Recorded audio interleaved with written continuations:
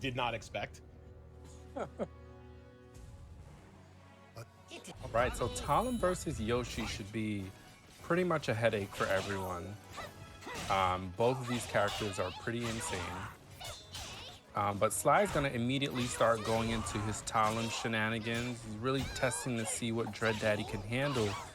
And Dread Daddy's having a hard time keeping up thus far. And Sly is just not letting up. Just needs one more hit and a kick to the chest. It's going to give him a first round. And I'm pretty sure Sly has noticed Dread Daddy has not been able to really get much started. No duck under that sequence from Talon. Again, Talon is one of those knowledge check characters. If the Talon main can see that you don't know the matchup, it becomes very overwhelming to deal with. And that's exactly what we're seeing here. All right, Sly's gonna want to keep this pressure up, and he gets the wall hit. And this is gonna do a boatload of damage. Just needs one more mix up. Oh, decides to sidestep. Hope he doesn't regret that one. All right, gets the grab. And he's dead. Not sure if that was the best way to do that.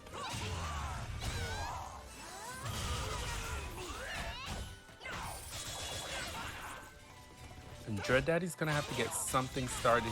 He is playing Yoshimitsu. So, I mean, Yoshi has some shenanigans of his own. There goes the first lethal hit. Gonna get some good damage here. Goes for the grab. All right, finally, get a good sequence started. Well, this is bad positioning for him, and he is gonna go out. No, just needs one more hit.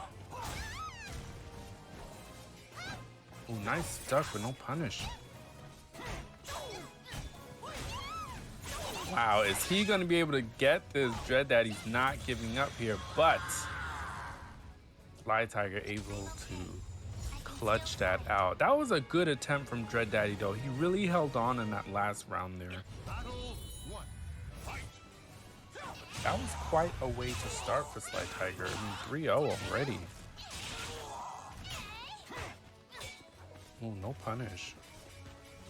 And again, I mean, just from what I'm seeing, it just feels like a knowledge issue for Dread Daddy. I mean, I'm sure Yoshi can do some stuff against Talon, but Dread Daddy is just having a hard time getting anything started and really having a hard time dealing with the offensive pressure coming out of Talon.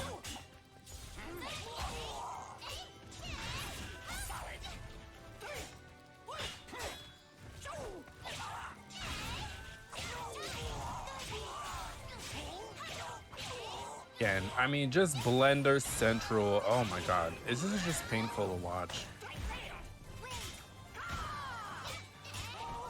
Again, no duck. I believe that's her 4 AA string.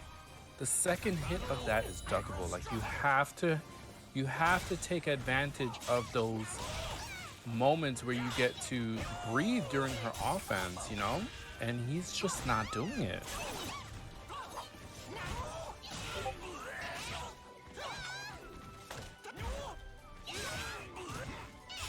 Dread Daddy keeps trying to grab and he just hasn't been successful.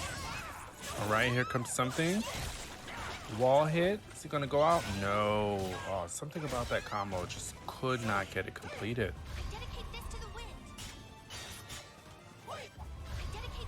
See, and that's what I'm talking about. That is a pure knowledge check. Good stuff on Sly. I mean, he went for the CE, and then, you know, he went for the CE first, and Dread Daddy blocked it. And I mean, if you're familiar with the Talon matchup, after you block her CE, I mean, it's not like it doesn't feel like your turn. And if you're used to the matchup, you don't automatically just throw out an AA. And Dread Daddy did exactly that, and Sly punished him with another CE. I mean, very on brand for Talon, very on brand for Sly Tiger, taking it over Dread Daddy. 6 rounds straight. Wow. All right, let's see who we can get up next. Yep, good stuff to Sly Tiger right there. Hope you guys are enjoying the tournament. If you want to find more info, exclamation point bracket in the chat. Ain't throw the match arena when we have a sec.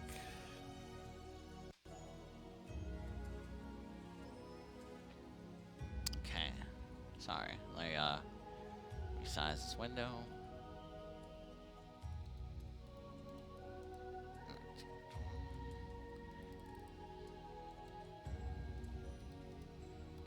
Okay, cool. All right. So anyway, guys, you guys are enjoying the tournament, and you guys want to contribute, make sure to hit up that Matcherino. Helps everybody out. We have 94 codes left to use, so please use that low hanging fruit and help the tournament out if you can.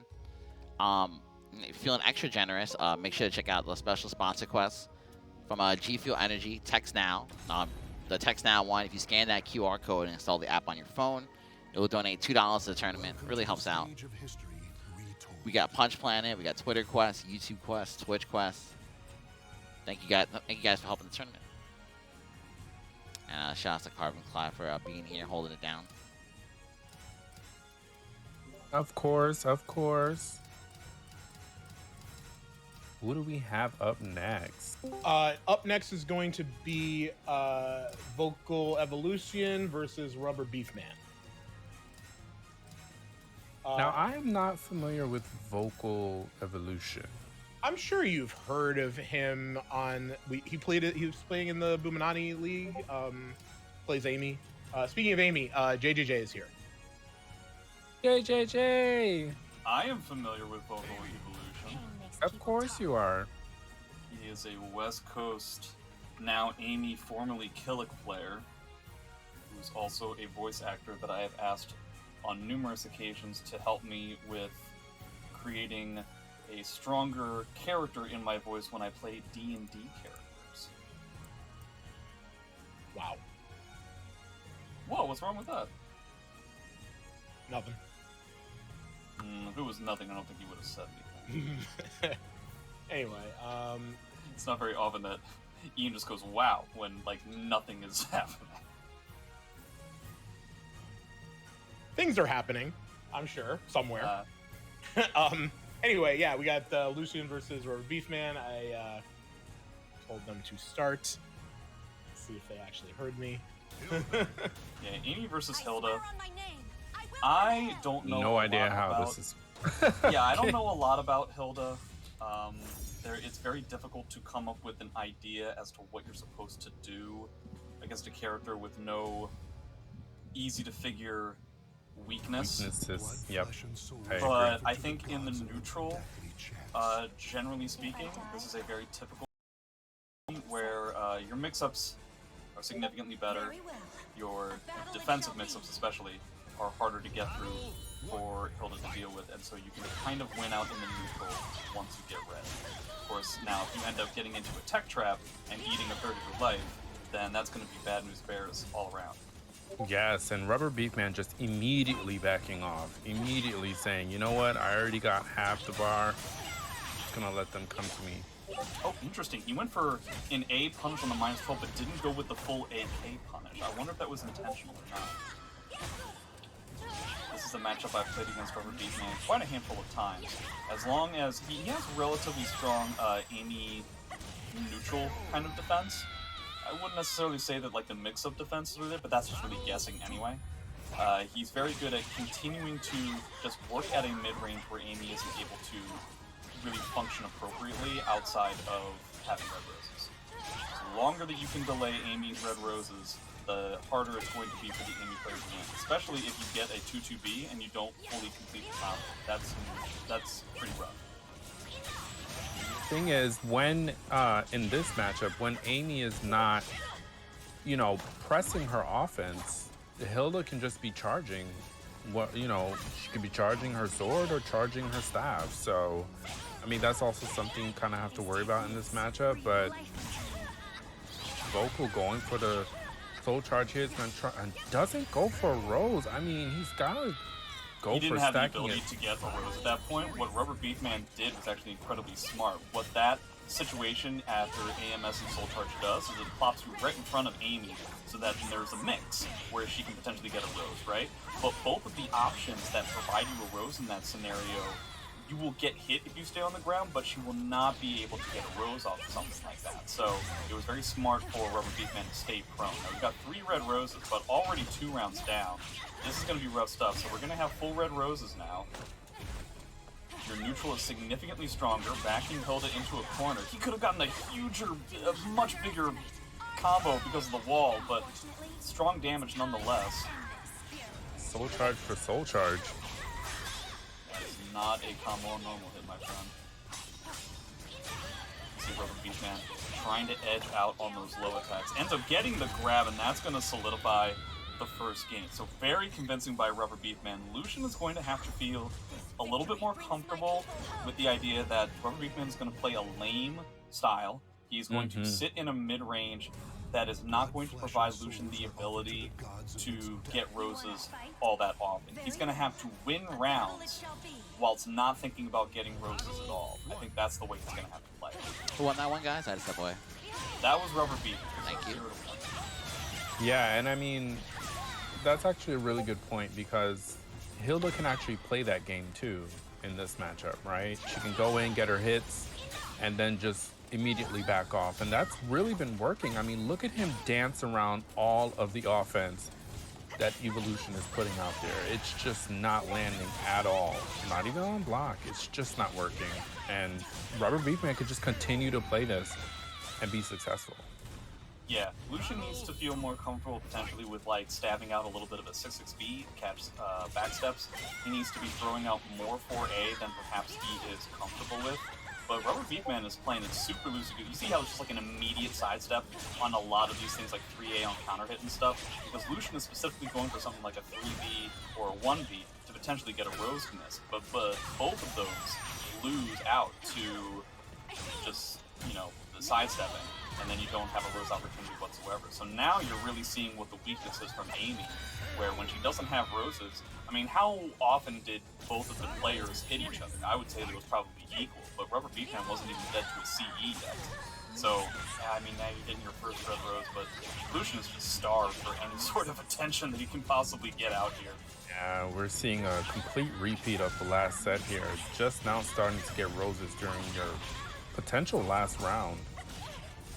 Not sure how that's going to work out. Alright, I feel like this is going to work out exactly the same way that the last game did. It certainly seems like we're on our way towards it. Yeah, again with a tech trap into a grab setup that Lucian is not fully prepared for. Well, good read. Solid stuff there. I-16 CE after the break attack. Yes, okay. On to the next round. I'll say nothing. I will say nothing about my thoughts. I mean, on it that worked. It worked. Sure. If we really look at it in the most shallowest of ways, then we can look at it and say that it worked.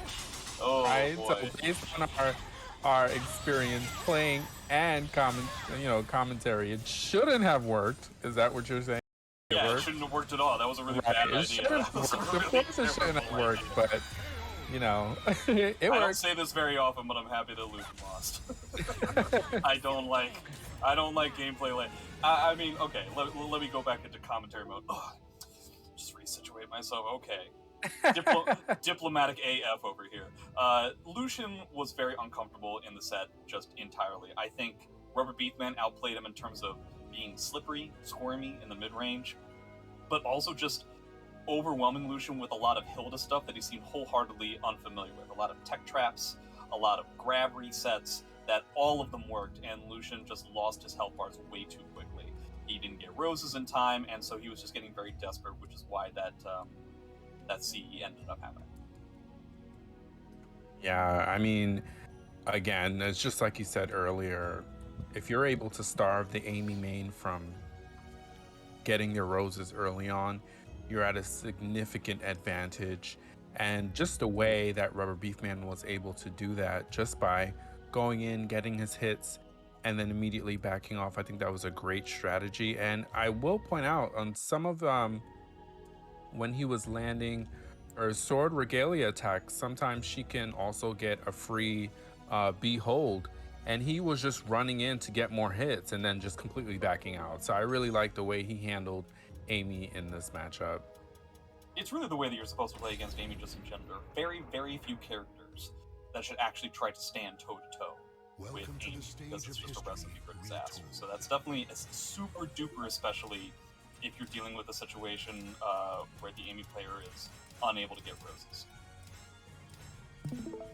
Because once she does have roses, your ability to do backsteps and stuff will be significantly weaker due to the fact that 4AA exists. And 6 XP counter hit goes from doing something like 20 to 30 damage to more like 60.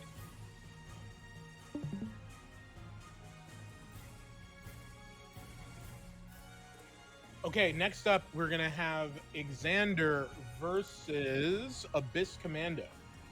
Okay. So Cervantes versus Killick. Xander will presumably be the Cervantes player, the person who is hovering over Cervantes on 1P side. Abyss Commando Killick player 2P side. Presumably, this is a matchup that Xander knows quite well in the form of Hibachi. Let's go. This Commando, though I know he streams every once in a while, I'm not actually familiar with his region, like where he's from, so I don't know what kind of players he has a larger amount of experience against. Yeah, and Xander, very much the experienced player and solid Cervantes himself, also has a Hilda, which, I mean, I don't know if we'll see Hilda in this matchup. I'd be surprised if that was the case. Yeah. Oh, nice side step. It's going to be a battle of the mid-range for sure. Both these characters are incredibly powerful in the mid-range, but without the punishes that I'm seeing on Abyss Commando's side, this could spell disaster. Like, if Xander was able to get a 3B on block without any... That's a second 3B on block that has no punish whatsoever. So that's a really big deal. If Xander doesn't have to worry about anything he does being unsafe, I don't know how Abyss Commando wins. Yeah, and that's such a great point, particularly in the serving matchup. You know, he's relatively safe, but there are key moves you really have to shut down. 3B being one of them, and his WoW Rising A, two of the ones you just have to punish them when you get an opportunity to. But with this great movement coming out of Xander, this is going to be tough for Abyss to really handle. I like some of the move choices that Xander is using too. These are moves that he doesn't necessarily use in all other matchups. You can see like stuff that he's trying to use in order to keep Killick from using fire to get up off the ground. He's using a significantly larger amount of pushback because it seems like that this Commando is more comfortable trying to be an aggressive character. To be honest, if you want to be more aggressive and do a lot of like the run-up grab and mix-up type stuff, I don't really know if Killick's a character. Alright, so we're going to get a CE punish here. And this is just effectively going to force this Commando to eventually use his own meter, which if you're 2 rounds down, Xander's going to be like totally fine with that. And I mean, the other thing, Xander's just really demonstrating his knowledge of the Killick matchup, ducking where he can, and punishing where appropriate. I mean, he's really just doing a solid job at playing this matchup, and Abyss is really going to have to get, and again, no, what did I say, JJJ? Punish has been to go for like a 1A mix every time, and that's really awful. Like, all of these things are minus 14. Killick has, in my opinion, the best BB in the game. I don't know so much, man. I really feel like that's a solid punish. I think you should go with that a little bit more. If you're going to be up close and trying to deal with Cervantes in an up-close fashion, these punishes need to be so much better. You can nickel and dime this character to the point where he feels forced to press buttons that you could then backdash and potentially punish. But that was not a punish. He just got hit by the BB later. That was a bit weird. Yeah, and the side steps coming out of Xander just have been on point, really. And it's allowed him to really control the pace of this match. He's not really giving Abyss a chance to build any type of momentum or to just throw any buttons out. I mean, it just seems like he has an answer for everything. Well, the fact of the matter is, like, the answers that he's using are wildly unsafe, but if they're not being punished, then they just cover a whole bunch of space and do a lot of damage. So it's like, he doesn't have to be worried about anything. He's gonna get a ring out here, presumably. There's that wall. Oh, okay. Oh, no. He couldn't get it again? He couldn't get it from there? I don't know. Okay. I hope it works out. Oh! Come Come on, dude. Punch Yeah. it one time, yo. Oh, man. You know, it's making me question, like, well, can he punish it? I'm like, he should be able to. Somebody in the chat, please. I mean, if I'm insane and Right, Cervantes I'm Wall like, Rising can you not A punish it? became safe, like, while I was asleep, please let me know, because that's kind of unfair. Yeah, I believe the WoW Rising A should be It's like minus it's in minus 14, and the 3B is minus 14. 14 as well. Punishable. They're all Yeah. best BB in the game BB Oh punishable. my god. Okay, well, Oh not my that one. god. That's different. If he's seen Soul Charge, then he has Oof. an additional piece to his mix, but And he threw out all of those resist impact attempts, and I just didn't see why. I don't know what he was expecting. It just Abyss is just looking lost in this. I don't know if maybe it's matchup inexperience for him. But he's just having a rough time. has he been in these Spartans tournaments before? Perhaps he's getting used to the server? Because I only know him as a traditional online player. Abyss Commando definitely has been here before, yes. Trying to give him outs, man. I don't know why you gotta. Suppose. Like this. Okay, here we go. Evil Killick versus Cervantes and Soul Charge. Yeah, running up 6 XP is a pretty solid strat. Yes, this is the way to go. Always threaten with the grab and then go with 6 XP. But again, that RI attempt, I don't know. Wow, Oh, okay. manages to clutch it out. Abyss Commando, bringing us to our first final round. One Final bar to battle. 2. Still a little bit of work to do. Cervantes meter gives you plenty of crit damage opportunities, but starting it off with an auto GI for like about a third life. I like this. I like going into a soul attack. You're gonna have to deal with a lot of bar. Playing defensively might be the way out. But it's gonna be tough if Xander's just right about things. Oh, hey now. I don't think you can RI in that spot. The grab Oh, he and caught gets a the ring beat. out. Abyss Commando clutching that set out. Wow. I was That just was not ready for that. Yeah, 9 times out of 10, you break the forward grab against Evil Killick because it just does so much more damage. I wasn't even aware that the back grab had the ability to ring out at that trajectory, so very reverse mix-up solid stuff. And man, if he's able to beat Xander whilst punishing none of the Wall Rising A's or 3Bs, that's very impressive. Doesn't deal with the unblockable trap.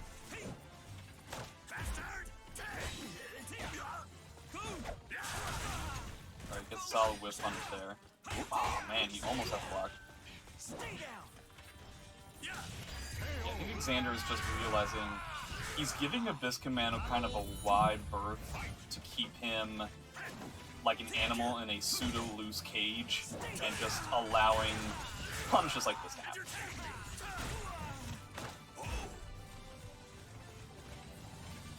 Cervantes with the bar. Abyss Commando doesn't have it. That's the second time 2-2 AA has worked, where that time it was actually a combo. Yeah, and Xander just feels totally comfortable just pressing all of these big, heavy swings, these haymakers, because the punish isn't really there. But okay, just gonna can he say, get another comeback? He should just press whatever he wants. But he's not gonna be able to do that with this, and that's what Abyss has been looking for the entire time, because every time he was in Soul Charge previously, he just draw out the RI. Finally worked out for him. Yeah, you can always expect a Killick player to mash a lot of RIs when doing Evil Killick. It makes sense. But man, Could you enlighten me on what does that, is he get something special while in Soul Charge? Well, it's just the fact that the RI is free. It doesn't actually cost any meter if you're in Soul Charge. And not to mention, he's got an I-12 CE on top of it that were they to re-GI post RI, it's going to deal a significantly larger amount of damage. So you can always expect Killicks to duck. You can always expect Killicks to RI when they're in Evil Killick mode, because the risk-reward is significantly more in favor of just taking big bets like that. That makes a lot of sense. God, is Xander just gonna lose to Evil Killick? This is gonna be oh, he could have won off of that punish. God, no block punishes. Just imagine if Abyss Commando got any of these block punishes. He would be a superstar. Oh, nice grab. Wow, that 3B missed. Oh wow, heavy commitment to the 2-2B. Xander continuing to attempt to move around at the mid-range. It's not necessarily working out. Ooh.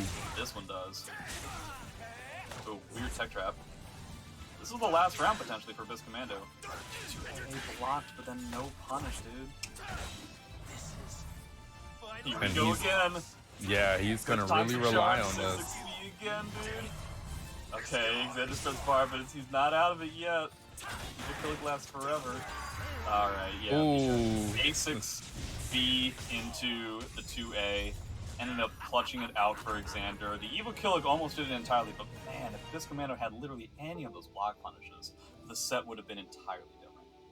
Yeah, he really would have changed the pace of it because, like I said at the beginning of the set, you really have to set that boundary right at the beginning. Like, hey, you will not throw these moves out at me. And it really forces the Cervantes player to really switch up what they're doing.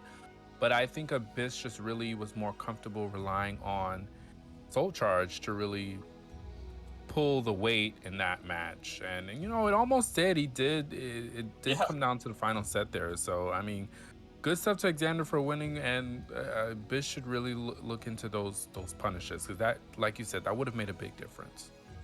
Yeah.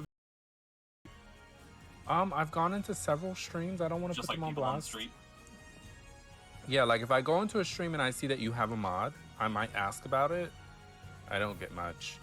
I went personally to some people. It just hasn't been working out for me.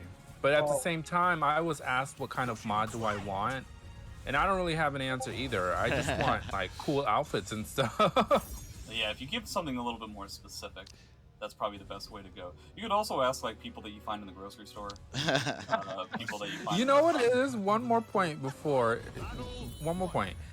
Because I mod in Tekken 7, and in Tekken 7, it's just posted and you just paste it in and you're done. But it seems like that's not the case with Soulcalibur. It's kind of the case. No, Clive, I'm gonna send you a link later. Okay.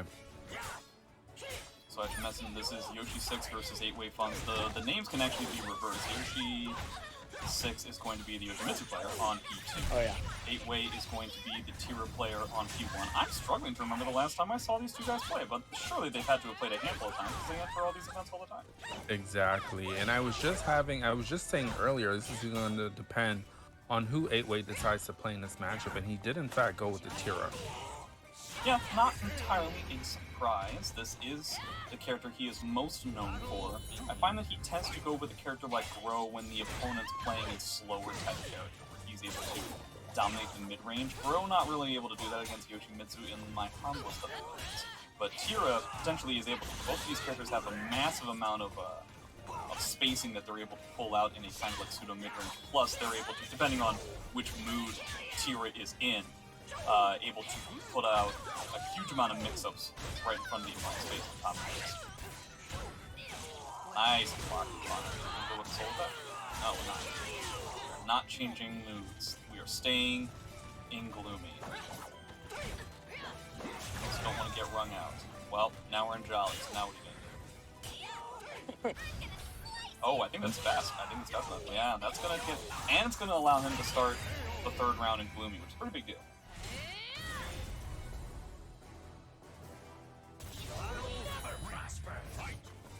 Yoshi 6 has work to do.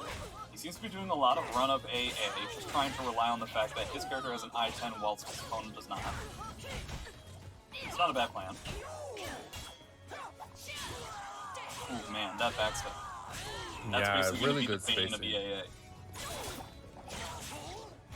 And I mean, Yoshi is trying to get something started, but every gap or every opportunity that he has given 8-Way to do something, 8-Way takes it. You know, and Yoshi is one of those characters where he can be overwhelming, but there are gaps you have to like study. You know, like some of his transitions are not guaranteed. He's only plus in certain places, and 8-Way is showing like, I know this matchup, and you're not getting away with this. So I do appreciate that. A-Way is doing a little bit of trolling at the moment, kind of Yoshi 6 tends to rely on the AA, which makes sense and everything, right? Wow, that entire thing whipped and then he got a stance move, so that's interesting. But like, going with the gloomy AA, it's not as fast as Yoshi 6, but it does put him at +6 on hit. So to try and mash out of that is going to be a real tough sell. Oh, tried to GI there, didn't end up getting it, which really good. So he ends up getting 7 stance changes and he starts in gloomy. But he does have this guard pressure that he's worried about, but I guess we're going to go with a combo I have never seen before. So that was cool. Soul attack? No, we're going to save it, even though you could have gotten Coda. Greedy. Yeah, we're just going to leave that. Yoshi 6 is just going to have to try and find a way to play compact enough where he's not going to get whipped on like that. Alright. You just... Oh my god, you just go... You know when something like you're about to make a statement and for now it's like you're not trying to predict anything, but it happens anyway. It happens to me all the time. It happens constantly. Oh my god. I felt it. As someone who was theoretically sitting next to you and talking, I felt the statement was not supposed to come. Carmen Clive, I'm a bit of a soothsayer. I speak truth to power. And that's the way it is. But really good stuff from 8-Way. I mean, he played that solid. Interrupted all the opportunities where he could. Sidestepped really well. Really nice whip punishes as well. Tira's really good at that. So, I mean, he just has to do it again. Yeah, we ended up... So, I'm not surprised that Yoshi 6 changed the stage, as the stage we were on is maybe the most neutral type stage we could have gotten, and he's much better in the extremes. Unfortunately, this extreme is probably the worst one he could have won. He would either won all walls in a small box, so that 8-Way couldn't back away from him all the time, or he would want something that has ring outs, because his ring outs are also better than Tira's. So, lucky ducky on 8-Way fun side. Yeah, instead he got a stage that just gave 8-Way more space. Yeah. Which he is undoubtedly going to use. So at least he has the walls to his favor, but 8-Way is trying to use it to his favor at the moment. Okay, he's going to get a good punish here. Alright, doesn't get the gloomy change. That's pretty lucky on 6's side.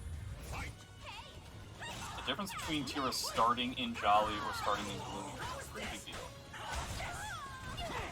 And pretty big deal in that when she starts in Gloomy, she has better offensive options, right? Is that like the thinking behind that? Yeah, I mean, she has the additional lethal hit. When she loses a round and she's in Gloomy, the 6B is going to be a lethal hit for effectively half life. And it's a safe, kind of a thick vertical that, yeah, if you get hit by, you lose half your life, and that sucks. Jolly, obviously, a character with significantly better mid-range type buttons. I don't necessarily know if I would call them mix-ups in terms of mid-low, but just in terms of pressure, especially in the form of 6BB. But the damage output for Jolly is much lower. Very low. Gloomy is really the hard hitter. I'm really surprised at Yoshi 6's. I mean, I wouldn't say he's having a hard time, but I just expected it to be much more, I don't know how to describe it, but I'm just surprised it's not like back and forth. I feel like 8-Way really just has this under control. I mean, I'm not counting Yoshi 6 out. He plays amazingly, you know? But I don't know. He has the wall here, and he just lost it. Yeah, it's really just the nature of Tira. It's just the fact that Yoshi is a character that can be incredibly sticky, getting a lot. He doesn't necessarily hit very hard off of a single hit unless he's able to sink the meter into something. So you just end up getting a lot of consistent pressure, but you can't do that against Tira. Tira ends up walking away from a lot of places that, so you can't necessarily challenge that kind of thing. 8-Way feels a lot more comfortable in a matchup like this. This is really where Yoshi 6 is able to do something, right? Once he's actually able to get in and 8-Way can't just back away from it, oh man, he's on fire, right? But you might be dead here. Ooh, and look at the personality changes. I mean, he just got like 4 of them.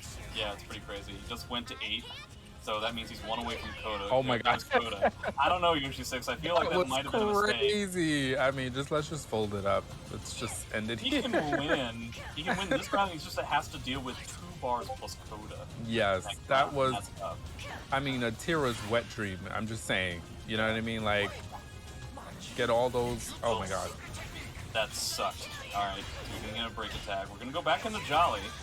Okay. Ooh, okay. He doesn't start in Coda, but he does have 2 bars. This is going to be a little bit tough. I feel like Eiwei actually kind of dropped the ability to get that round in 2 different spots, which is kind of unfortunate. Immediately spending bar. Makes sense. The opponent has nothing, and you don't want to give Yoshi the 2-bar vehicle. It's going to use it to get Coda. And Yoshi just opting to try to just wait out the soul charge. And now this is good positioning for him. Nice interrupt. Just going with a lot of Coda pieces of pressure. Yoshimitsu up against the wall. I honestly, 8-Way might just like spend his other bar like almost immediately just to like go back to the same position we were in before, yeah. Yep, and there it goes. No GI. Not surprising. Yeah, he's gonna GI that. Well, I guess he's going to try to GI that every time. There was a time where he tried to do that and ended up failing, but this time is not the same. 8-Way's gonna take that. Relative, like, both matches were a little bit tight, but overall it really seemed like 8-Way was much more comfortable than Yoshi 6 was. I agree. I just feel like he had control over the matchup, and again, demonstrating his knowledge of the Yoshi matchup was critical there. He GI'd when he could.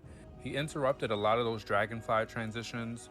You know, some of them you can interrupt, some of them you can't. He just knew when to do it, and he was just on point. So really good stuff. And again, that last sequence during that match, he got like 4 mood switches, but now it's getting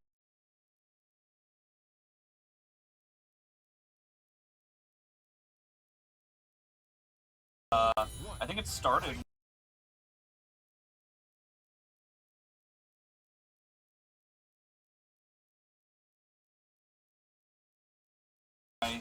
Ganondorf all coming in. Lionite has been one of the people that stayed. Dexys we ended up seeing not that long ago. And He got second. yeah, that's Dexys pretty almost won. for somebody who has a distinct disadvantage in, you know, with regards to their location to the Parsec server, that's some pretty good stuff. What is not good is having a combo drop from Changhua. Okay, I think that GI ended up working. No, I lied. Oh, nope. He's not dead yet. He's not even dead to a 1k just yet, so hopefully Los Kias doesn't get a little bit too heavy on his pressure. I appreciate how conservative he was. That's definitely the way to go and not falling into a common Changhua trap. Yeah, he pressed way too much buttons and bam, he just runs with it. Okay. Blocking the low immediately into a 4-4B. I wouldn't have expected that. Nice sidestep. Nice sidestep again. Presumably we're dealing with people who are playing against each other kind of a lot. Oh, it's gonna be a huge punish here. Okay. Let's get us hopping a lot like she's some sort of wind princess or something. Nice. Changhua, obviously, with the ability to have 3A get caught by a reversal edge and yet still do somewhere between 5 and 6 trillion damage to the opponent, but not against column reversal edge. It was just one of those character-specific things. You're just like, oh, not today. We go for a tech trap off of the 4AK. Getting a little bit better of a punish than Lionite got before. Ended up running into a huge wind cannon the last time around. It just really seems like Lionite is not feeling all that comfortable. Los Kios is just doing a bunch of stuff, and it's working. He's just dancing around. Yeah. I think the movement coming out of Los Kios is really throwing Lionite off. I think Changhua excels when she's able to enforce her type of pressure. And we clearly see that Talon really puts a dent in that. Certain sequences might not work with her the same way. And a lot of her, like the movement built into her moves is allowing her to move around a lot of what Changhua is trying to do. I really feel like, man, Lionite is taking some pretty big bets on some things. And they're real long shots. Like they are, he's going with the thing where like if the Talon player decides to go with the option that is the most damaging, he's going to win. Like, these 4-4-Bs are very surprising to me. Talon, I think, is absolutely fantastic at getting a gigantic amount of damage in the form of certain counterhit hunting type strategies. And, yeah, Lionide, you know, he's playing the faster character, and I feel like getting in and kind of overwhelming with a lot of, like, small buttons is the way to go. Los Kios is just not really providing Lionide that kind of opportunity. It's on Lionide to figure out when he can do stuff, because Talon just running a train like this, I mean, yeah, you're gonna get a CE here, and that's cool and everything, but, like, I don't know, man. I feel like Lioneye needs to be less conservative here. Yeah, and I was just going to say that I think he needs to match Talon's buttons, and Xianghua should be able to do that. Oh, for but sure. as you pointed out, it's just going to take at specific points. And I'm not sure if Lioneye knows that, but he does take a round during this set, which is... Yeah, you almost dropped it off of the Soul Charge. Yeah. You got the low hit, but then you got back up to block the high, which is always like the eye roll kind of situation where you end up ducking the low, but then you don't get your wall rising punish, so you end up losing anyway. That's going to be a lethal hit. This is going to be a huge amount of damage, plus Kia's already almost to another full bar on top of things. Dude, these 2-2-As have been totally killer. Maybe Lioneye knows something about this matchup that I don't, because I don't really feel like the 4-4-Bs have gotten him a lot of mileage, and I feel like they've been kind of killer for him. Right, is he going to get the win here? No, he went the other way! Wow, fantastic stuff by Lioneye with a solid bait on that CE. That was such a weird interaction there. Alright. God, I hope Lioneye wins this. We're gonna have to deal with this Gar Crush, but Los Kias is definitely changing up the way he's playing just to make sure that he gets exactly what we're seeing here. So this is gonna be a huge amount of damage. It's not gonna end the game just yet. Actually, this isn't as much damage as I thought it was. Oh, okay. What a bait. I think there was like shades of Neon over here. I'm sure I saw Neon try to do like a tweet about that. Okay, gets the 2-2-A. This 2-2-A's been so much damage. Lioneye hasn't really been able to punish him either. I mean, he really went for it. Tried to reset the situation. He wanted to keep that position, but I've never seen that before. I'm like, whoa. I could have sworn I saw Neon tweet about that like a handful of months ago. I might be dreaming. Okay, so there we go. And Lioneye ends up getting the game. See, doing a little bit more of being the aggressive character is definitely the way to go. Las Kias is kind of keeping Lioneye at bay with things like GIs and 6K, which is, you know, essentially why Talon became as powerful as she was, and is. But I don't think that should be enough to dissuade Lioneye from pressing a lot of buttons as the faster character, because you're not going to be able to keep up with Talon in terms of damage, especially counter damage.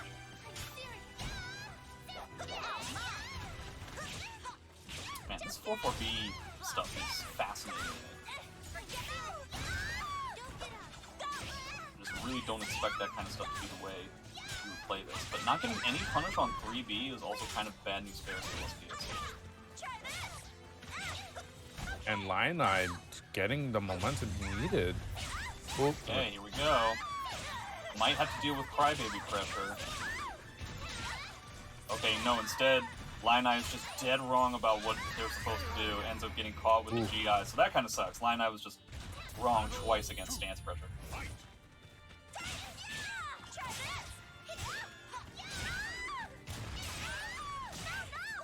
There's the Crybaby.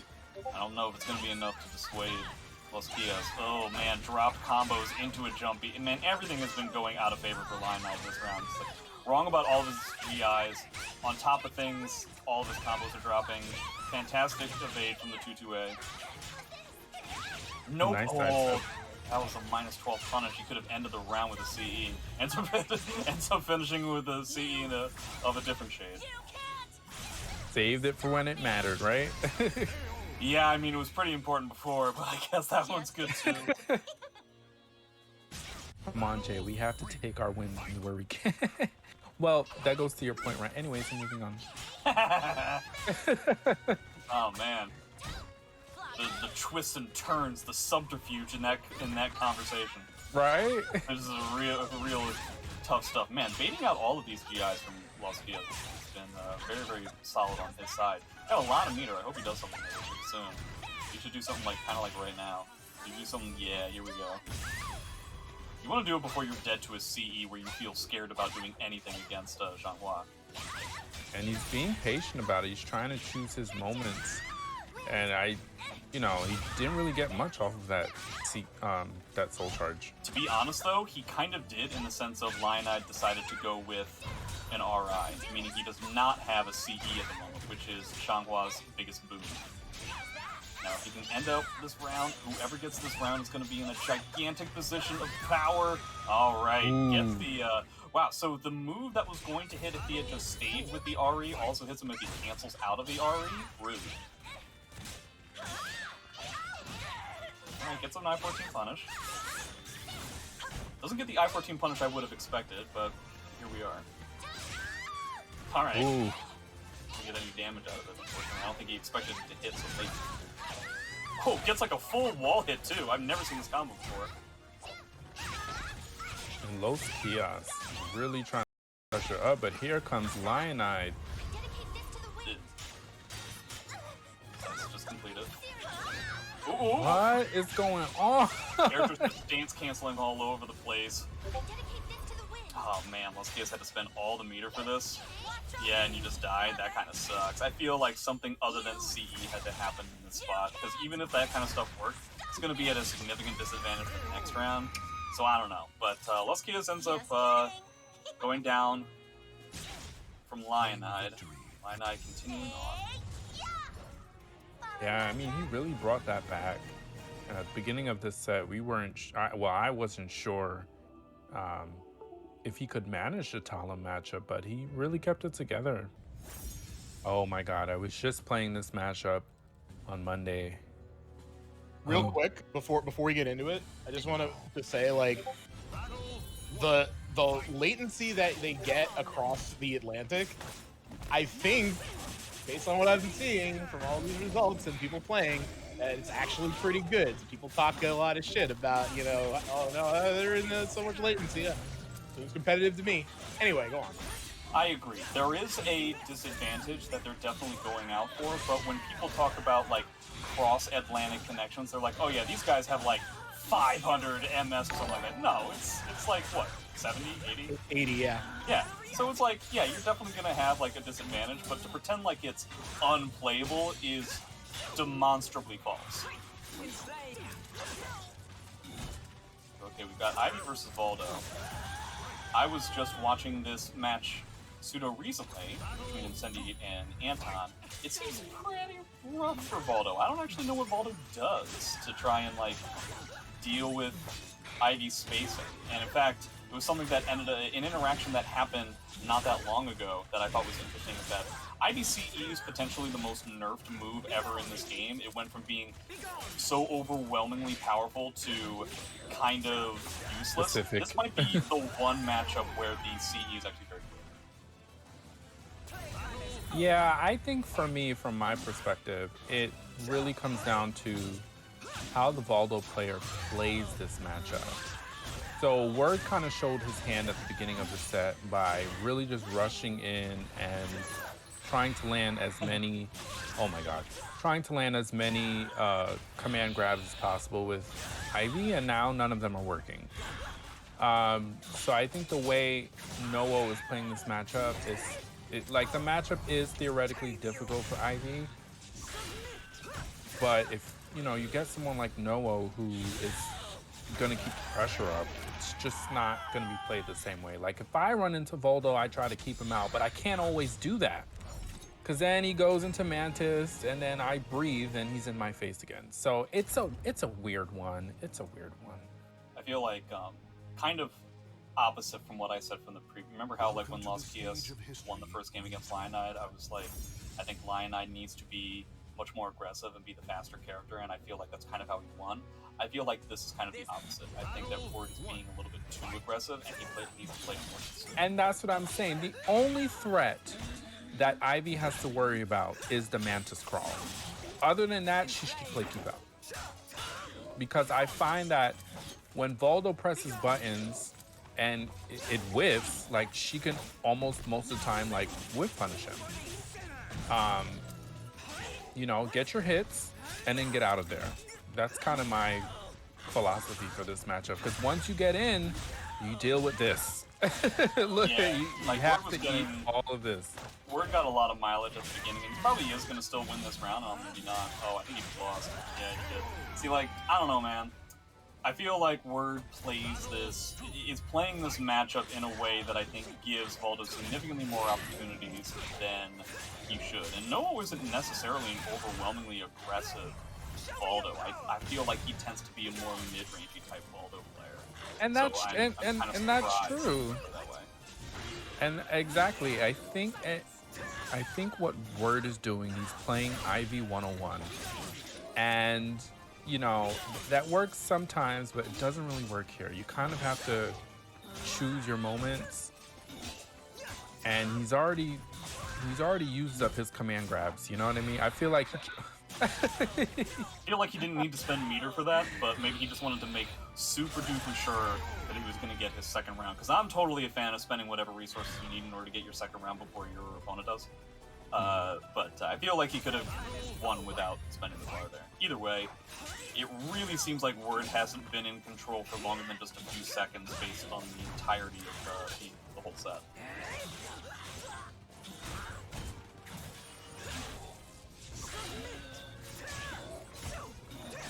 More mid-range stuff. Word continuing up with the pressure. Every once in a while he gets caught with something like this and he kind of goes into panic mode. That CE is going to work. He's going to get a good amount of Oki here. Is he going to go for another command grab? I feel like that would not be the play. I feel like a mid to bait a duck is the way. Okay, I guess I was wrong. yeah, I would have been surprised if he went with a command grab, because like I said, I think he used up those attempts early. I mean, I think he just hit it. Is he dead? That's a really low life CE. I think he has just enough to survive. Yeah. Below? Went with a wake up GI, but the pressure on that CE is very good, but the timing is slightly stilted. So yeah, not gonna work out with that GI. That match was fast. We've got a lot of fast matches so far today, it feels like. yeah, I just think again, the way to play Valdo with Ivy is you need to play keep out and then just worry about Mantis. That's it. That's it. Once you start trying to go in and match him, and also I feel like what Word did in the beginning, just constantly going for the command grabs. I don't know if that's an attempt at conditioning. Not from Maryland. We Devastated. stand on our own in our own places. This is just like the British Empire. They just come in and they pretend like, yeah, this is ours now. We'll kill all the indigenous people with blankets made out of measles or whatever. And then they just take over everything and they pretend like their food is good. UK food is not good. I'll say it. Xander in chat pulling out the propaganda still. Keeping it going even with Boom. What do you mean he's basically MD? He's from a different place. Do you need a map? Should I show you what a map looks like? Have you ever looked at one ever in your life? Xander's gonna be like, oh, I do need to see a map. I'm just gonna give him a picture of my middle finger. You know what's crazy? You know what's crazy? What's crazy, Carbon Clive? I'm just like, when you guys come to New York, you now have to show your IDs. I'm so sorry. I need confirmation of where everyone is from. I will no longer be lied to. I will not be part of this trickery and propaganda. Okay? Well, you know where I'm from. I'm from Philly. Not actually. From like a Philly. I don't know what to believe. I don't know what to believe that anymore. I am from the city of Philadelphia is false. I'm not a city guy, but there's no point in saying the name of my town and then having the conversation be 5 sentences long when it could just be one sentence of like, yeah, I'm from Philly. And everybody could be like, oh. Real quick, Arturo, Florida Man is on the left. Also, his team tag is FAT. And I do agree with you, Jay. I also don't say where I'm from because no one knows. I just say Long Island because it just makes more sense. Clive, of course you agree with me. Any sensible man would. On anything. So Fat Florida Man gonna be the Huang on your left. 8-way runs Tira on your right. This is the first time we're seeing Florida Man so far today. 8-way getting 4.2 billion stance changes within the first round. So even if he wins this or loses this, which he does, 5 stance changes and starting balloons right off the bat. Kind of rare, kind of powerful, and unfair. Yeah, and I mean, the last time I saw Florida Man play, I believe he got second at, was it Faust? Was it Frosty? Yeah. Yes, he got second. Yep. So I mean, I've never seen this matchup. Hwang versus Tira. Oh god. I mean, Definitely the underpinning powerhouses. Yeah. And just even the underpinning of the each character's mechanics. You know, the life forces versus the mood switches. I mean, there's so many layers happening here. There's just a lot going on. Not to mention like how the lethal hits function with regards to, you know, why Florida Man ended up spending a bar there when he could have done without the bar in order to get significantly more talismans back, which he's now using versus the 6B that I was talking about before, which is now a lethal hit because he started with Gloomy. A lot of stuff going on, but Florida Man going into heavy negatives again. Not surprising. He tends to be, I don't know if I would call him on the -9 gang, but he's very close to it. He tends to play his lethal hits pretty close to the best. He's going to lose this round, which means he's going to be coming in with a pretty distinct life disadvantage here. Yeah, that's like a combo's worth. But honestly, I mean, it's kind of bad here, and it's probably going to be bad if he ends up losing this next round. But -9 Hwang starts off with a distinct disadvantage and becomes significantly more powerful once he's just like up in your face. Because during the last round, Hwang has no chains to hold him down. He's just kind of like going in and going kind of crazy. You may not even have to worry about that though. 8-Way trying to finish this with Coda as soon as humanly possible. Gonna get a soul charge? What a wow! What an interaction I've never seen it before. Just two strings going head to head. Oh boy, Florida Man tried to spend everything to ensure that he didn't go to this last round. He's starting with basically half life, and he's got to deal with Coda, Tira, and no meter. But again, he gets to go into these lethal hits. Fantastic block by 8-Way. That's potentially going to end like the whole round. Now he's got a bar. Florida Man's going to potentially try to like, you know, oh man, he was 8-Way ducked again into the mid, but the mid just didn't have the hitbox. Unfortunately, the mid is just really not that powerful. But again, the wall hit doesn't work. So much spaghetti happening here, and man, what a roller coaster. That could have went several different ways just in that last sequence alone. I really feel like there were two different times that 8-Way definitely had it, and then the wall / perhaps his timing totally screwed the pooch. Yes. And it allowed Florida Man the ability, like, you know, how many opportunities does a character need before, you know, they've won or lost? It's a tough stuff.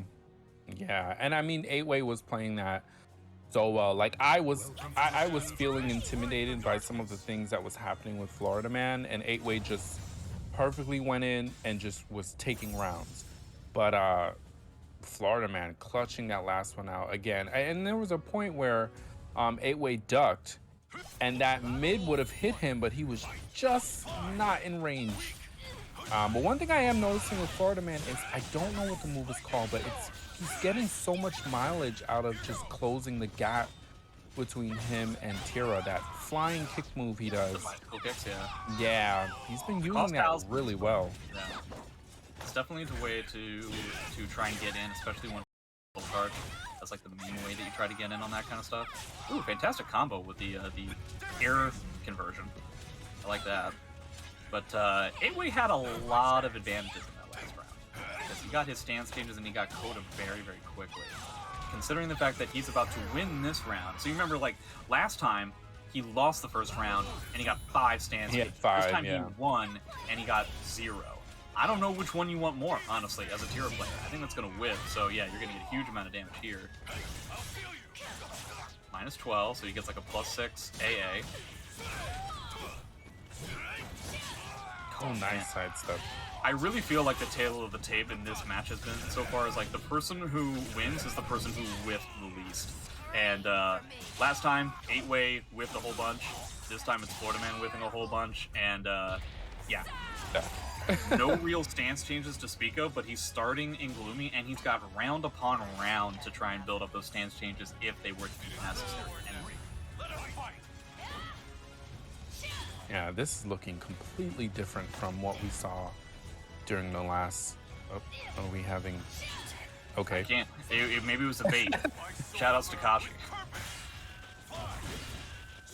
There it goes again, just immediately closing the gap and enforcing the pressure.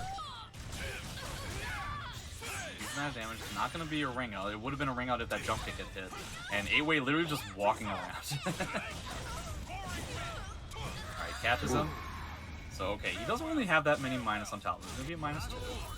That's pretty much negligible. But you are starting in Gloomy. He does have a meter disadvantage to deal with. Okay, nice punish. Ooh. Jesus, that was almost the entire bar. Just decides to walk away, doesn't want to deal with Long's reverse ring out capabilities. Makes sense. Yep. It was really just 8-Way lost the first game because he whiffed a bunch, and Florida Man lost this game because he whiffed a bunch. Whoever whiffs less, I think, is going to win this. That was a really good answer. I mean, the first set was I feel like it was a really even match, but I think 8-Way had just had much more control. I wonder if we're going to get a stage change again? Who can say? No one can really say. This is an argument for philosophers. Okay, I think this one is pretty... It's about as neutral as it gets. Yeah, I don't think it's going to have any impact on either player. You know, you have access to wall, you have access to ring out. It just depends on, again, like you said, whoever whiffs less will do better. Also, 8-Way just got 3 stance kicks within the first 10 seconds of the match, so that kind of blows for Florida Man. But he ends up getting this back grab, which is pretty nice. Oh man, he actually completed the string just like he did last time, except this time 8-Way didn't end up blocking. Surprising.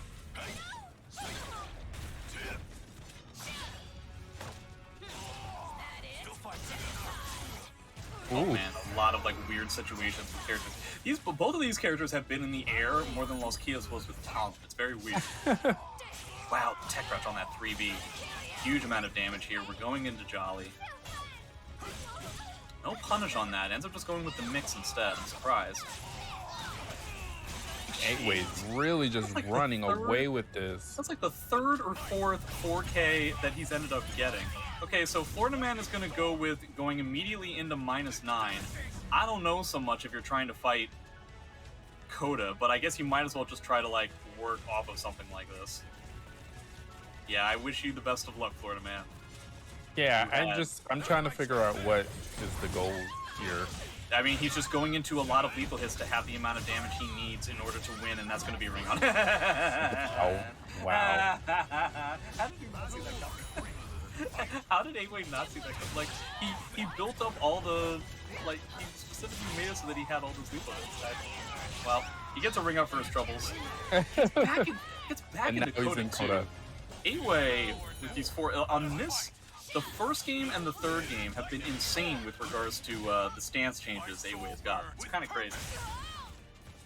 And here goes, is he going to go with the double kicks? I mean, that's the first thing he's gone for every time he's soul charged. And that's exactly why 8-Way decided to try and challenge with the 3B. So, good reverse offensive mix from Florida Man. I like it. Dude, is Florida Man really going to bring this all the way back? I mean, he's almost definitely has this round, right? Okay.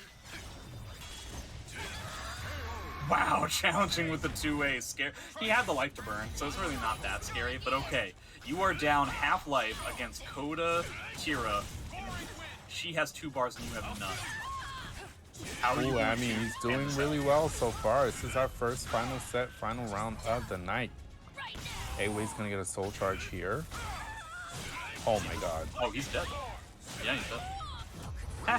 Wow. Yeah, I mean, This guy, I have to say something. This guy, I know you're gonna bring it up. He comes in the tournament like, oh, you know, well, there's a lot of latency, and you know, like, oh, I'm not trying that hard. I'm just trying to get some practice games in. You know, no big deal. This fucking guy, Florida Man. yeah, Good it's amazing what you can do when it's like, you know, you only talk about latency when you lose, and then when you win, it's like you stay totally quiet. That was impressive stuff. I mean, I'm not too familiar with the Huang matchup, but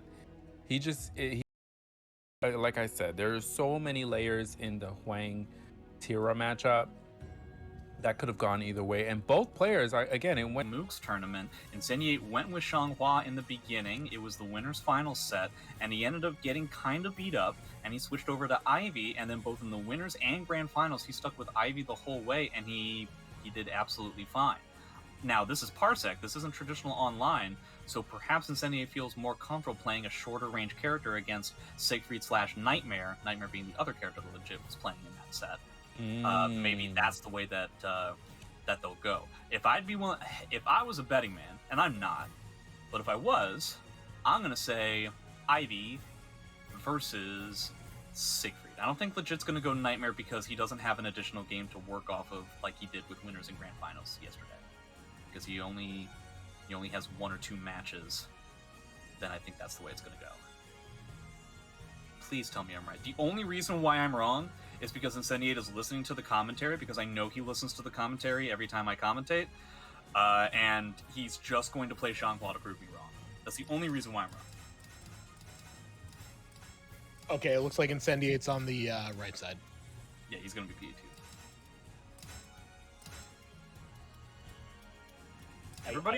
Everybody in chat, watch. I'm going to be right. I I'm always right- know when Incendiate's setting up his buttons because they're crazy. If I'm right, everybody congratulate me. If I'm wrong, everybody get mad at Incendiate and hope that he loses. Because that is the only reason why I'm wrong. Okay, it looks like we got Ivy I'm versus. 50% correct so far. I said Siegfried. I said Siegfried, not Nightmare. If he went with Nightmare, I wouldn't entirely be surprised. But Incendiate, I would have honestly been surprised had he gone with Xianghua, just considering what happened last night. Okay, I'm a little bit surprised about that. Yeah, it's well, from my perspective, it's always a treat to watch Incendiate play Ivy. I mean, you get to learn so much about character matchups just by watching what he's doing. And I mean that's probably the case with whatever character he plays, because he plays so technical. Like, he does the research, he is very knowledgeable. But we are on a stage with close walls and no ring outs, so this theoretically should be good for Nightmare, but see how Incendiate plays this. So I should mention, I have heard what Incendiate's style is with Ivy nowadays. And what it is exactly what you're seeing, where he plays like a jerk the whole time. Just mashing command grabs and being where the objective of his playstyle is to be frustrating to you. So That's you the mean whole like a sane-ish play style? I mean, I would never categorize Sane's playstyle in anything other than Sane's playstyle because it is the most random ridiculousness I've ever seen in my life, and I have been dealing with Sane since he was just an online player, which is probably somewhere between like 7 or 8 years at this point, and he is an unquantifiable factor in my life in general.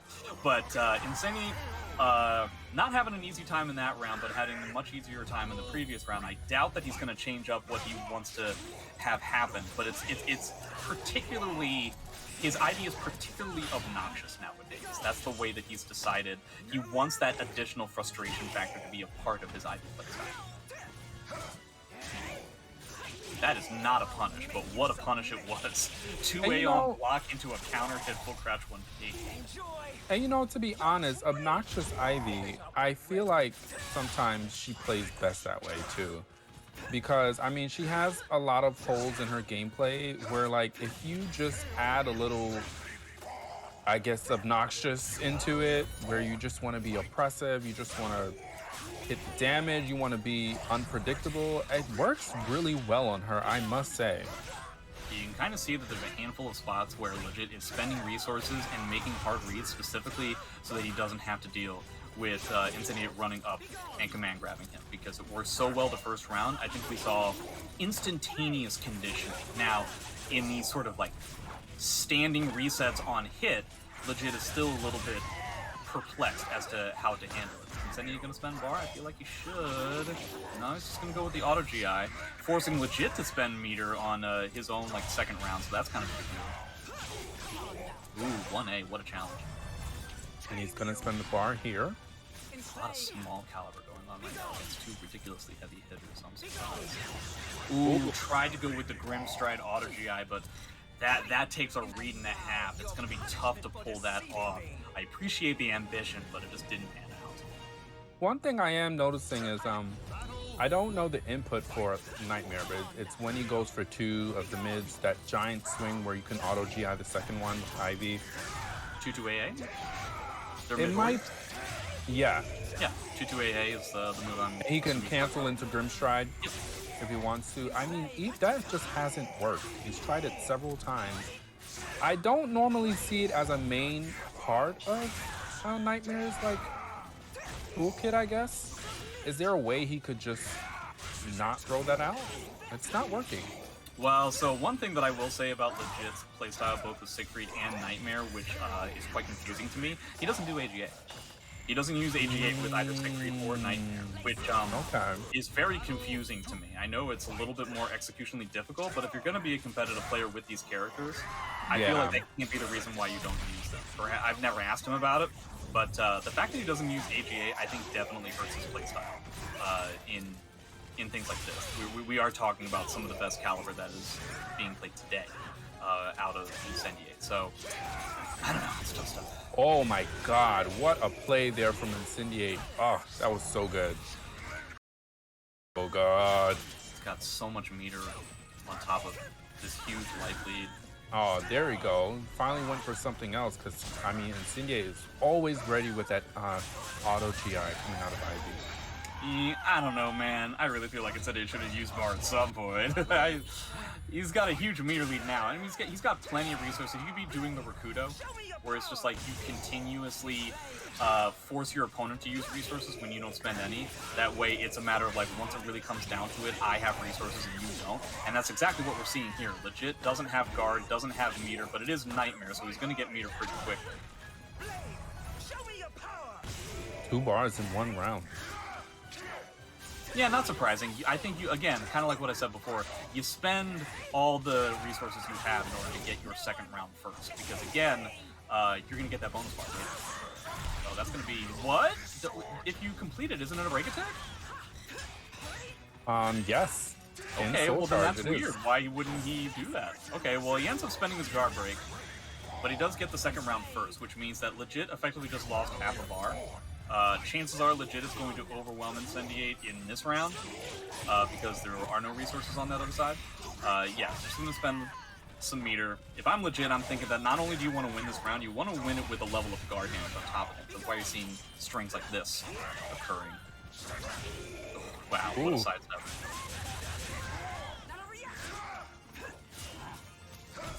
Not going to get a punish on that AA. And there goes that guard. Yeah, there is a little bit of guard damage going on now. Is he going to try to end the round, or is he going to be greedy? Okay, so he ends up winning the round. We're going to have pseudo-equal resources, if only because Nightmare's ability to build meter is ridiculous. Wow, jumped over 3k. Nightmare jump K is so good. Alright, well that was half-life. Oh, no, just caught him. What is going on here? I mean, he just legit affected him on the last round. That's crazy. Yeah, I think Incendiate, in 2 rounds in there, I think he ended up just losing out because he wasn't expecting Legit's moves to hit him. I think he just kind of got confused about his own spacing and ended up getting smacked by stuff that was a really long range where he was under the impression he was out of there. And that's really just that's the problem, right, with Nightmare, is that, like, it really only takes one mistake, and you ended up losing the round. A little bit less so in a, you know, he's hovering over random stage, which I can kind of see. He probably wants a stage that's a little bit bigger, but of course, if you go with random stage, you could potentially get a ring-out stage, and neither Ivy nor Xianghua are good enough in that avenue to compete against Nightmare. So are we going to go with Xianghua this time? He doesn't have to worry about the Siegfried matchup anymore. And he is? Okay. 3B, safe on block, a variety of different lows to deal with armor. I feel like Xianghua has, outside of range and guard damage, plenty of ways of combating a matchup like this. This is the matchup that he tried to do yesterday in Mighty Moves, before I believe Legit ended up winning the first round, where it was Nightmare versus Xianghua pretty convincingly. So maybe it'll be different on first. Wow, what a punish. He didn't even wait for the second hit. Nice punish. I like it. The main thing that Incendiate has to worry about is his ability to keep Nightmare in her face. He wants to try and keep it at not this mid-range that has been going on for the past 15 seconds, because the range issue is really the main issue. Oh my god, did you just win? No, he didn't. Nice whiff punish. Assuming Legit was going to be overly aggressive, ends up knocking out that 3K with a whiff punish. Very good stuff. Ooh, lethal hit. Here comes the pressure. He's just interrupting left and right. No dancing for Xianghua tonight. Yeah, a lot of tiny hits, which is honestly probably the best way to play Nightmare, because everybody just kind of assumes that there's going to be big sweeping haymakers over and over again. So if you start actually playing small caliber, then it becomes a lot harder for characters to do. Nice stepped up. Wow, on his own whip into stepped up. That was kind of crazy. I doubt that GI was intentional. Alright, but he gets a good whip punish here. Oh my That's god. an even better one. Yeah, that's going to be, that 3B is a force block in that spot, so he ends up losing some bar. Alright, if he wants to, he can just end it right here. Yep. And I do think that's the way to go, because it is your second round and you already had full resources. Yeah, I mean, Incendiate's really just choosing his moments at this point. He has one round left, but I mean, the way Legit has been playing, you just don't know where this is gonna go. And Legit looking like for more of a patient play. Yeah, he tended, I think because, see, this is the hardest thing about dealing with Incendiate. God, that's the second bar that he's been robbed out of. That sucks. But, like, this is one of the hardest things about dealing with Incendiate. Playing against Xianghua and playing against Ivy are very different. And so to go from dealing with one thing immediately going into the other is a very big, shall we say, like a culture shock. You know what I mean? Like, yeah. It's very difficult to understand, like, okay, I immediately went from a character who isn't scrappy at all to, like, one of the scrappiest characters. Yeah, it's a huge change of pace, for sure. I think that just ended up sealing the deal for Incendiate. I hope I didn't just, oh wait, no, now that I think about it. Okay, it's just not. There it goes. I should have just trusted myself. But Incendiate ends up taking it. The fact that Legit got 2 of his bars stolen in that game really does kind of speak to a level of frustration that Legit was probably having. But yeah, as you said, playing very conservative, which you're kind of forced to against a character like Xianghua, but you know, going for things like 2A as often as Legit was, although Nightmare's 2A is strong, if you end up just relying on that so much, I just don't think you're going to get the amount of damage you need in order for Nightmare to succeed, because if you're just playing small caliber to that effect that often, then you're just not doing as much damage as your opponent. And you sometimes have to make bigger reads than that, but easier said than done for sure. Yeah, and I mean, that would be 2 nights in a row. Incendiate has bested Legit. I mean, but it's still early on. Legit can come back and still meet Incendiate again in this bracket, so we'll see what happens. Okay, we are going to have Lionide versus Lolo. Oh my god, here we go. Mexico versus UK. Yoshi versus Xianghua. Glasses versus glasses. Welcome to the stage of Glasses. I'm pretty sure they both wear glasses. Okay. Man versus man. Head versus head. I'm like Controller 80% versus controller. I'm like 80% sure they both have heads.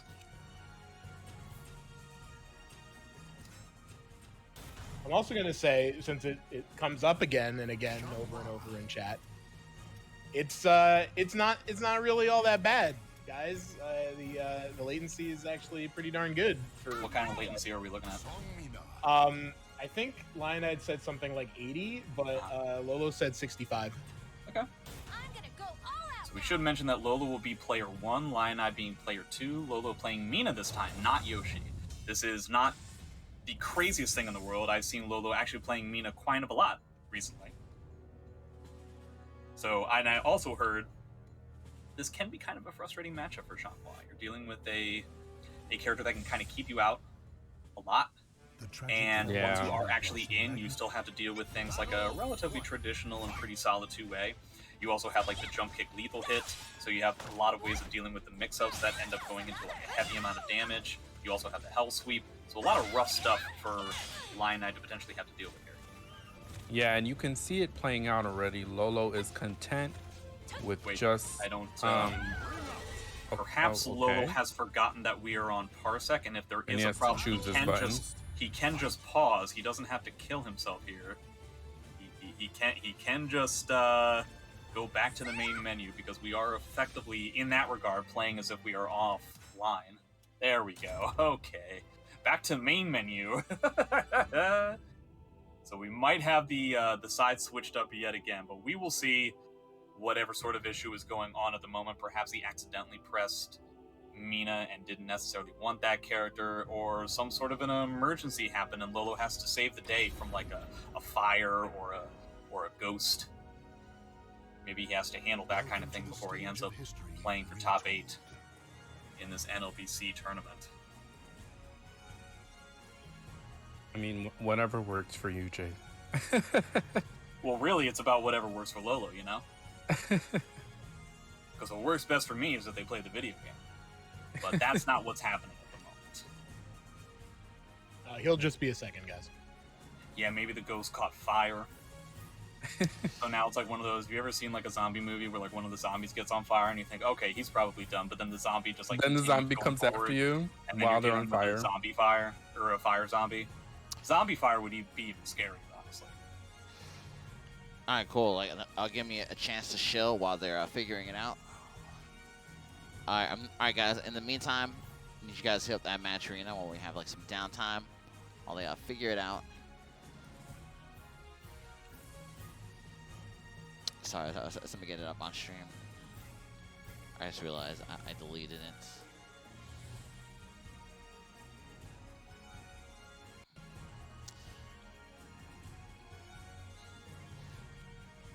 Oh, never mind. It's here. There we go. Anyway, guys, we're at $77.44. We still have 56 codes left to use, guys. You want to help out the tournament? Look at this. We got this international competition, you know, from all over the place. Definitely don't take it for granted, guys. You know, help out the tournament if you can. Keep it strong. You know, it really helps things out. And you can use the free promo code to donate 25 cents to the prize pool free. You can click the sponsor quest, which I'm scrolling through, to donate even more free. Make sure you hit up text now if you can. You scan that QR with your phone while looking at the Match Arena page. You will donate $2 to the prize pool. You can install the app on your phone, courtesy of text now. Or you can click the arrow link right below the QR code. Thanks, guys. It really helps. All right, looks like they got things sorted. The idea of zombie fire is the fact that like you would have a fire in your house and then you go to like put water on it and it gets, you know, turns into smoke and then like the fire is quelled and stuff, but then like a few hours later it arises from the dead and ends up turning your house into more of a zombie fire. So it's just as infectious as a regular zombie. Instead of biting it, it just grows into more fire. I hope that's all the information you need. Thank you for coming to my TED Talk. But okay, here comes Lolo with his Mina. Same stage. I appreciate the fact that they decided to keep everything similar. Ends up getting a huge GI bait right off the bat. Ooh, nice switch there.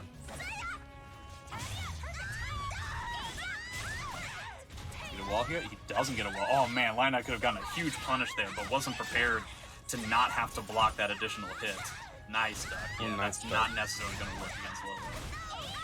Ooh, into Hell Sweep. Yada. Like that. Appreciate the attempt on the mix, because he wasn't going to be able to kill off of anything other than a mix, but Lolo simply too strong when it comes to that, and gets a fantastic I-14 punish on top of that. So.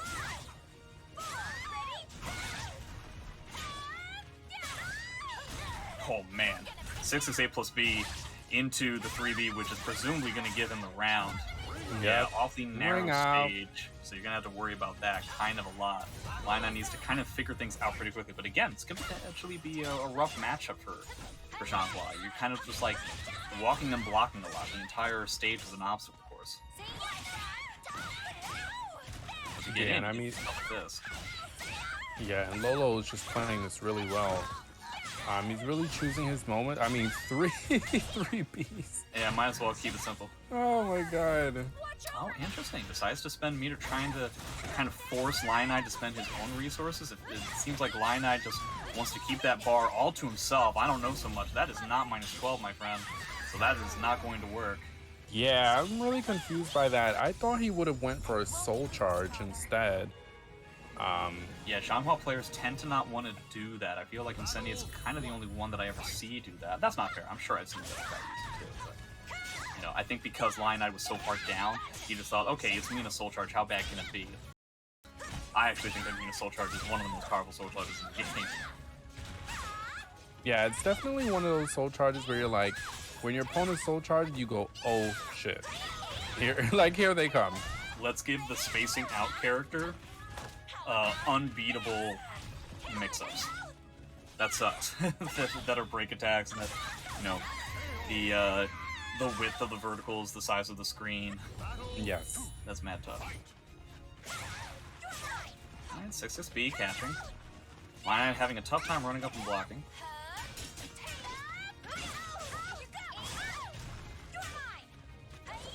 Man, it just seems like everything Lolo's doing is just working. Like every decision he makes is just correct. Look, oh my god. Ends up getting caught by that second hit, so that's kind of unfortunate, but still pretty solidly in Lolo's favor at the moment. Yeah, the mixes have all been correct. His defensive options Lolo has chosen have all kind of been correct on top of things. It's a little bit rough. And you can see that Lioneye is effectively forced to block over and over again. Effectively forced to put himself at frame disadvantage just to potentially play the game.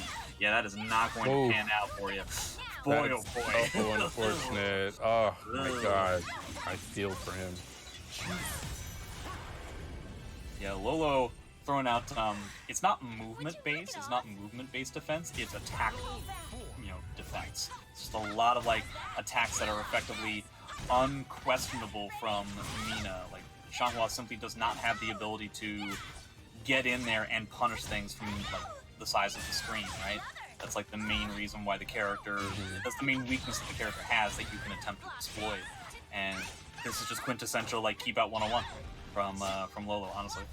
You okay? All right, it lands this time. Yeah, he's gonna be dead to the Oki here, so let's under the presumption that Lolo actually guesses wrong about Oki, and he does. Okay, here we go, 2-2.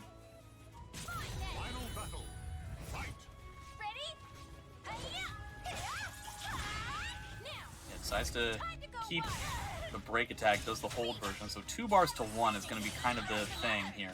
Soul attack for soul attack, that is an interesting choice. So he's not going to have a CE to end this game. Oh, drops the combo. Oh no. See, this is the thing, Lolo has a on top of this, and that kind of sucks. Oh man, getting caught by all this Oki too. Fantastic block, but he wasn't aware that Lolo was only going to do the 1 hit. Yeah, how do you deal with this? This is... Oh. It's tough. That's what are you gonna do about it? It's real. I mean, Lioneye took it down to the final battle, but yeah, he just had to spend resources to do it. That was the problem. Is that Lolo was able to strangle him out of resources the entire time. Yep.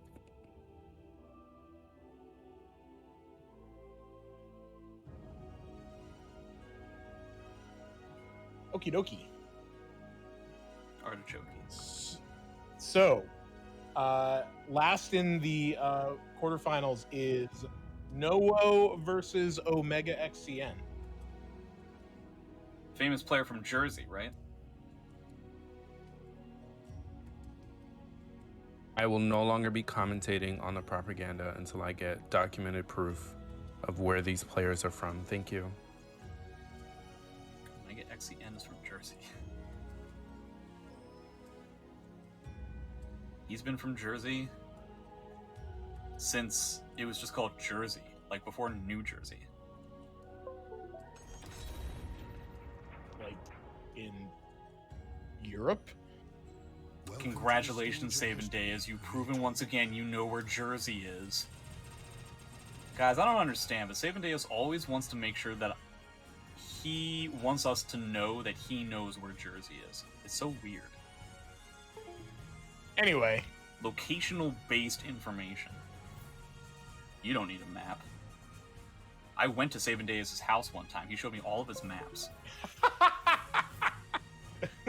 We were there for like 4 hours. That's true. That's true. Yeah. Did happen. It's a map of New York City, a map of his apartment building. Kind of weird that you have those kind of schematics. You had one of the of like the railroad system in the country, of Canada. That's odd. Yep, this is all things that really happened in real life. He had one of my own house. I didn't like that. Like, it was one of those ones that they make in like the fire stations to like show like where all like the support structures are and stuff like that. Oh man. Taki... Maps were involved, yes.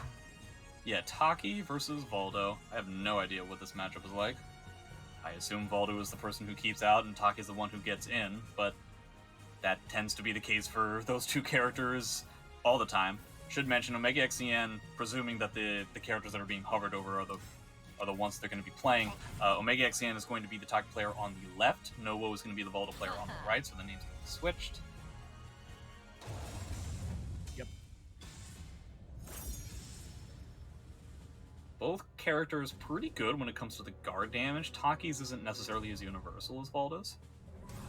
Blood, flesh, and soul. Battle 1.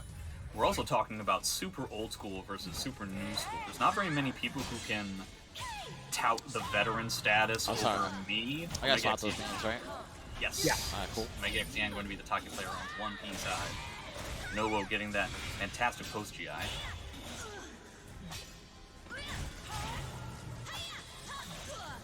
Also, for anyone following the Boominati League, this is a team kill over there. Oh, yeah. This is Omega XCN's ace. So they've probably played against each other quite a few times. A bunch of times, probably. Yeah, at least 2.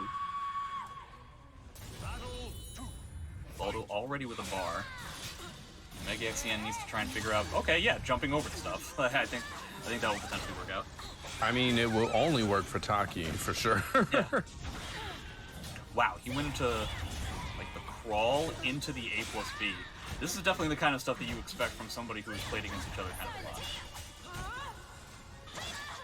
No, not necessarily getting the duck on some of these Taki strengths. Omega XCN going for Yomi level 8,000 by just going into the stance transition in a way like that. Oh wow, he went for a 2K after A6 on block. I doubt that would have beat out the traditional follow-up. That's interesting.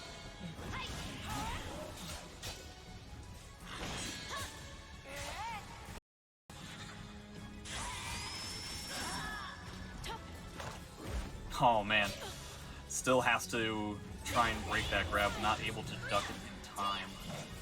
I would imagine this matchup is a little frustrating for the Taki player. Not necessarily for Omega, but just looking at it on paper, I could see Voldo just wiggling his way out of all the stuff that Taki doesn't want him to. Or like weird moments for Taki pressure.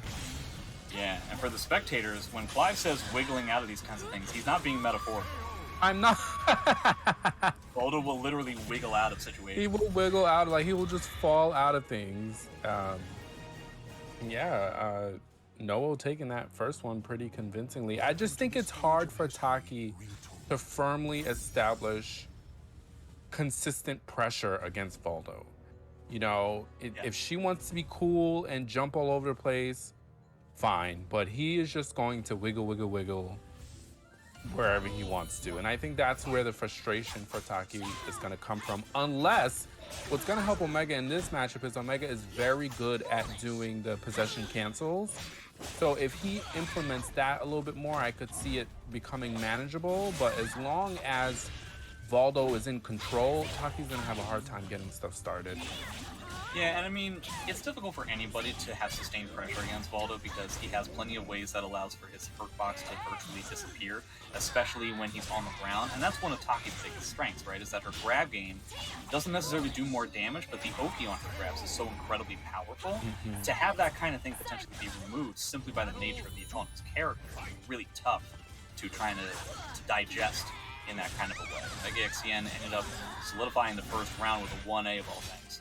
But still, Valdo having significantly more time in momentum than we tend to be used to. Wow, okay, so he goes for a traditional 2A that time. The 2K last time was a bit surprising to me.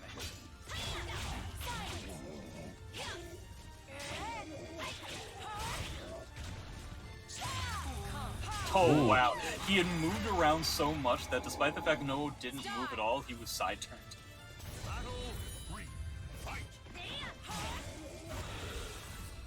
Mega XCN getting a lot more comfortable trying to get in. Ooh, what a bait. That was crazy. And also, I love how he's changing his timing on the, I believe that's her 6-6A plus B, where she does the kick into the special mid. That's pretty much unavoidable. Yeah, it's pretty crazy. I don't actually know the input of it, but I think that might actually do it due to the walls. Doesn't get the second wall hit, but ends up getting into the air so that the wall rising B doesn't give him the traditional pop-up. Okay, so the 3B is going to take it. But man, oh man, that was almost very scary. So this has suddenly become... Both players have had convincing rounds so far. It's so fun. I'm having deja vu because I fought Omega on this stage offline, like pre-COVID, and this is exactly what happened. He adjusted so well during the second round, during the second set, and it looks like Noah went for a stage change. And is this Kaer Morhen? Is that what we're getting here? This is Geralt's stage. That's the only thing I know about it. But man, Soulcalibur 6 pre-COVID. It seems so long ago. It was so long ago. Amy was never better. They were, all kinds of things going on. People were happy. People would greet the day with a smile. Never again. Hold stage. We're getting I-12 punishes. It really seems like Noah's having a lot harder time trying to instill a level of, he's kind of trying to do what Lola was doing to Lionide, where it's just like, it's not necessarily with movement that Noah's trying to keep Omega XCN out. He's trying to keep him out with like small pokes, and it's just not working out to the same degree. Yeah, Omega has really made the adjustment necessary. Wow, how did he get past that 4B? That didn't make any sense. Okay, this is the first time we've actually seen Noah going with traditional stance pressure. Noah very different than Manta. I feel like Manta is very predominantly about stance pressure. Noah kind of doesn't use that stuff at all.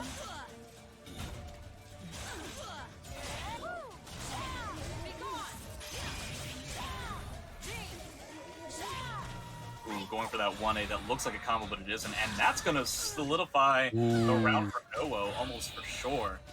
Not respecting that I-12 CE, kind of doing the deed for Noah.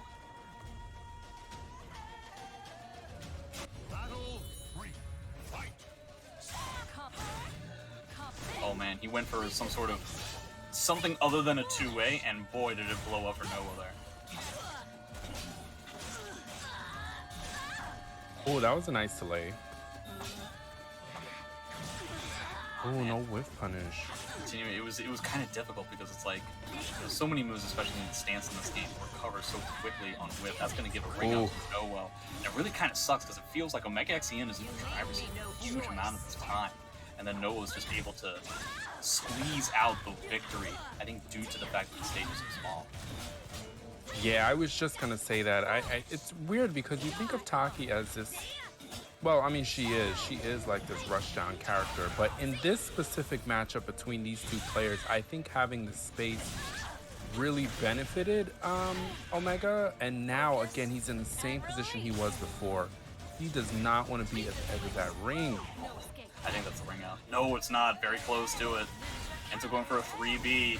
potentially catch him out of it, just doing a ton of different stance pressure.